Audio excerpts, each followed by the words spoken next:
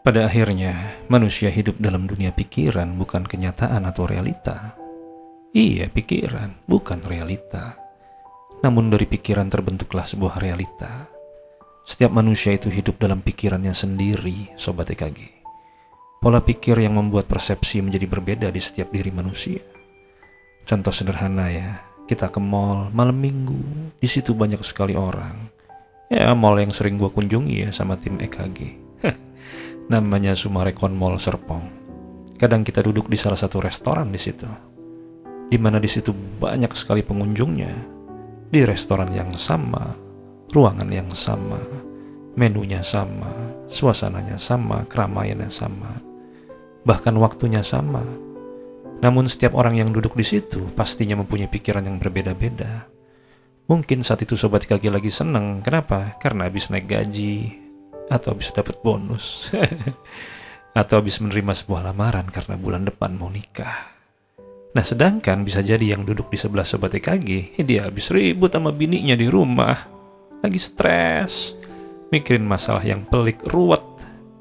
Ya, kita ditemukan dalam satu kenyataan bumi yang sama namun dalam dunia yang berbeda. Kita hidup dalam dunia pikiran, bukan kenyataan, bukan Sobat EKG.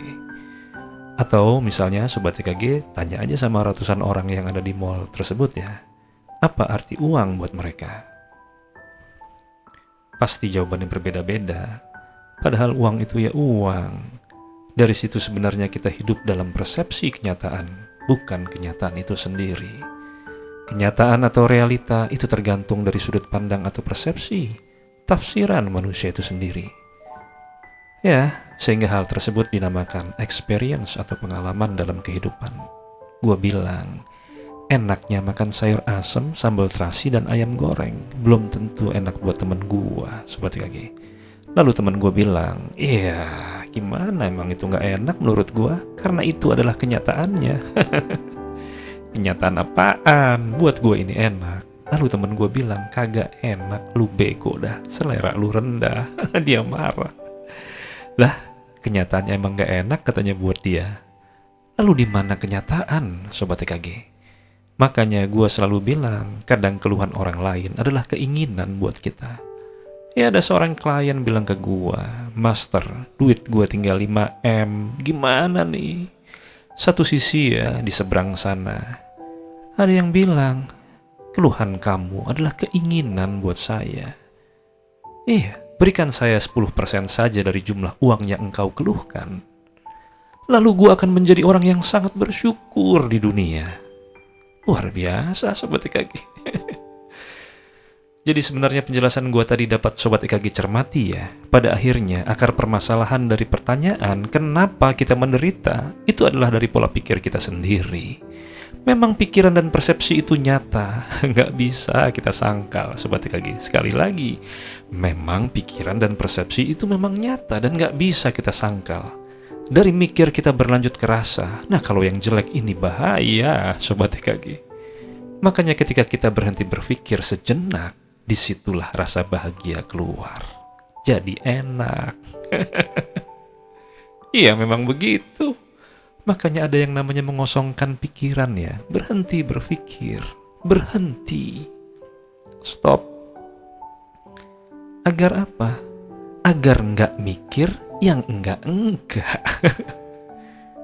Dalam dunia berpikir memang nggak ada pikiran yang jelek dan pikiran yang baik. Semua akan jelek dan baik jika kita sudah menganggap pikiran itu adalah kenyataan. Mengosongkan pikiran, Bang Master.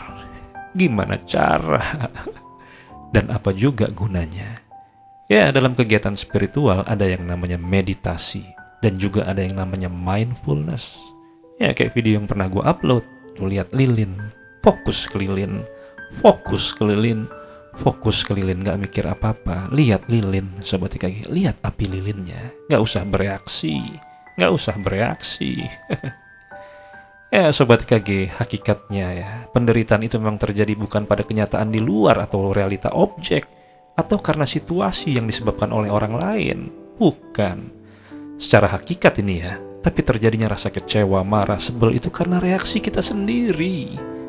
Begitu pula rasa bahagia itu bukan dari pikiran bahagia, tapi muncul karena keadaan naluriah kita sebagai manusia. Karena memang manusia itu terlahir sebagai makhluk yang pada awalnya secara alamiah itu penuh dengan rasa cinta kasih, ketenangan dan kedamaian. Jadi rasa bahagia adalah rasa yang timbul karena pergerakan-pergerakan spiritual yang memang jauh dari ego. Nah, sekali lagi, hakikatnya penderitaan itu terjadi memang bukan pada kenyataan di luar atau realita objek atau situasi atau orang lain. Sobat IKG, gue mau cerita sedikit ya. Ada sebuah cerita yang menarik. Ada seorang murid ya, di mana dia belajar sama seorang gurunya. Ya, gurunya bilang, dapatkah kamu menemukan dari mana sebenarnya rasa marah, rasa kecewa yang berujung penderitaan? Dari mana penderitaan itu muncul?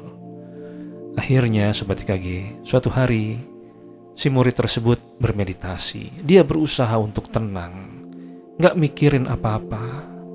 Sampai tiba-tiba temannya yang murid juga lewat di depannya. Aduh, dia kerasa keganggu ya. Lalu dia mencoba konsentrasi lagi penuh dengan ketenangan. Lalu temannya lewat lagi, dia lagi konsentrasi, fokus, bolak-balik. Dia kesel, jengkel, dan marah. Lalu dia izin sama gurunya, "Master, izinkan saya untuk pindah lokasi yang lebih tenang ya."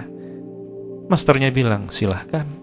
Masternya tanya, "Apakah kamu sudah mengetahui dari mana sebenarnya rasa penderitaanmu itu muncul?" Si muridnya jawab, "Ya belum, tapi saya merasa kecewa sama teman saya yang bolak-balik di depan saya ketika saya sedang bermeditasi." Lalu sang master tersenyum. Akhirnya si murid tersebut izin untuk pindah tempat di padang rumput yang hijau. Dia bilang, "Nah, di sini tenang nih gue nih. Gua mau meditasi lagi di sini." Akhirnya dia duduk dan mencoba mengosongkan pikirannya. Benar, tenang dan damai. Tiba-tiba, Sobat IKG, ada sekawanan burung datang ke arah murid tersebut. Dia keganggu lagi, dia jengkel. Lalu dia mencoba mengusir kawanan burung tadinya. Sampai akhirnya dia coba lagi. Benar, tenang lagi. Lalu kawanan burung itu datang lagi, Sobat IKG. Akhirnya dia marah dan jengkel. Akhirnya dia bilang, sudahlah, saya cari tempat yang lain lagi." Nah, si murid ini kepikiran, kayaknya gue harus berada di tengah sungai deh. Di situ gak akan ada lagi yang ganggu gue. Si murid tersebut akhirnya naik perahu tuh sampai ke tengah sungai. Bener, airnya tenang dan damai. Dia bilang, "Di sini tempat gue nih, bener nih. Meditasi akan berjalan sempurna nih di sini. Tenang dan damai." Bahkan dia mulai memejamkan matanya ya. Tarik nafas. Tenang, damai. Tiba-tiba, kaget. Kaget. perahunya tertabrak sama perahu lain, Sobat IKG. Dia kaget ya karena perahunya oleng.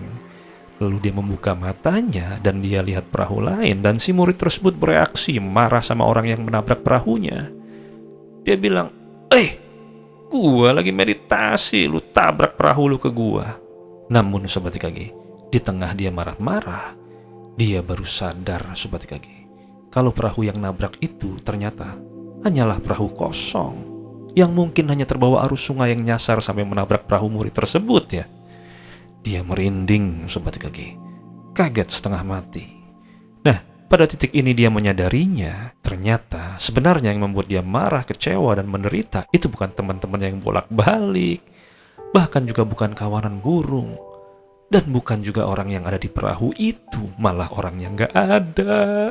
Bukan juga perahu, bukan, melainkan dari reaksi dia sendiri, Sobat IKG. Sobat IKG, di cerita singkat ini gue mau ingetin ya, jika saja Sobat IKG bisa merasa bahagia, gue akan bilang bahwa rasa bahagia itu bukan berasal dari pikiran, tapi rasa bahagia itu berasal dari keadaan alamiah, Sobat IKG. Rasa bahagia itu otentik, gak dibikin-bikin.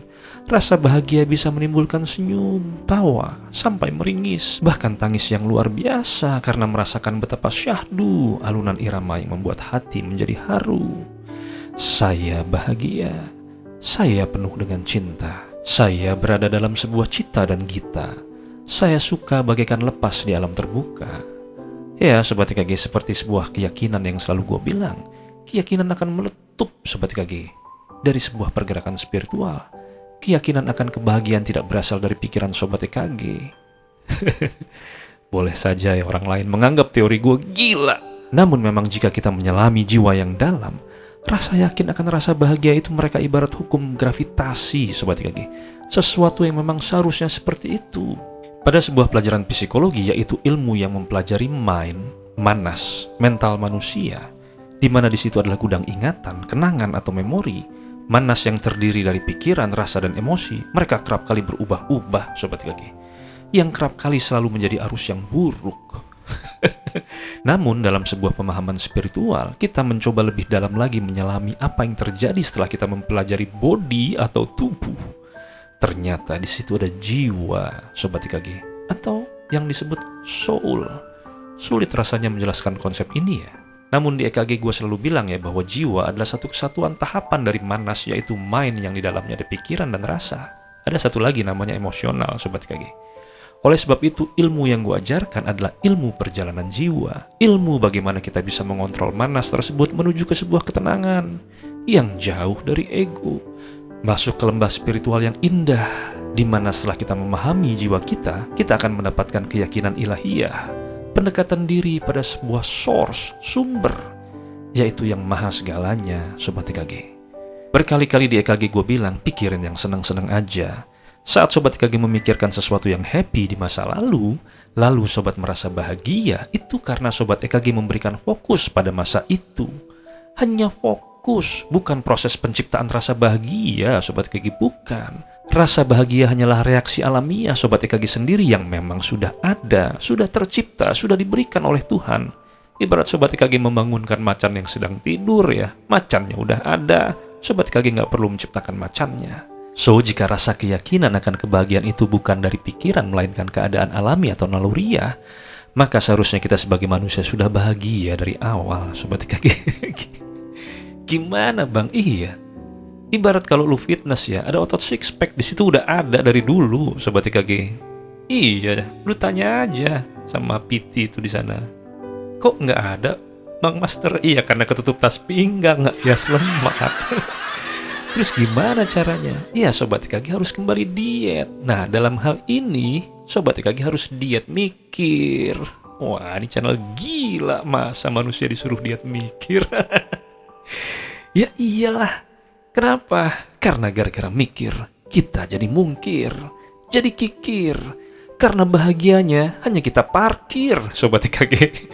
Itulah ya Sobat EKG, di EKG gue selalu bilang, sikat Sobat EKG, sikat.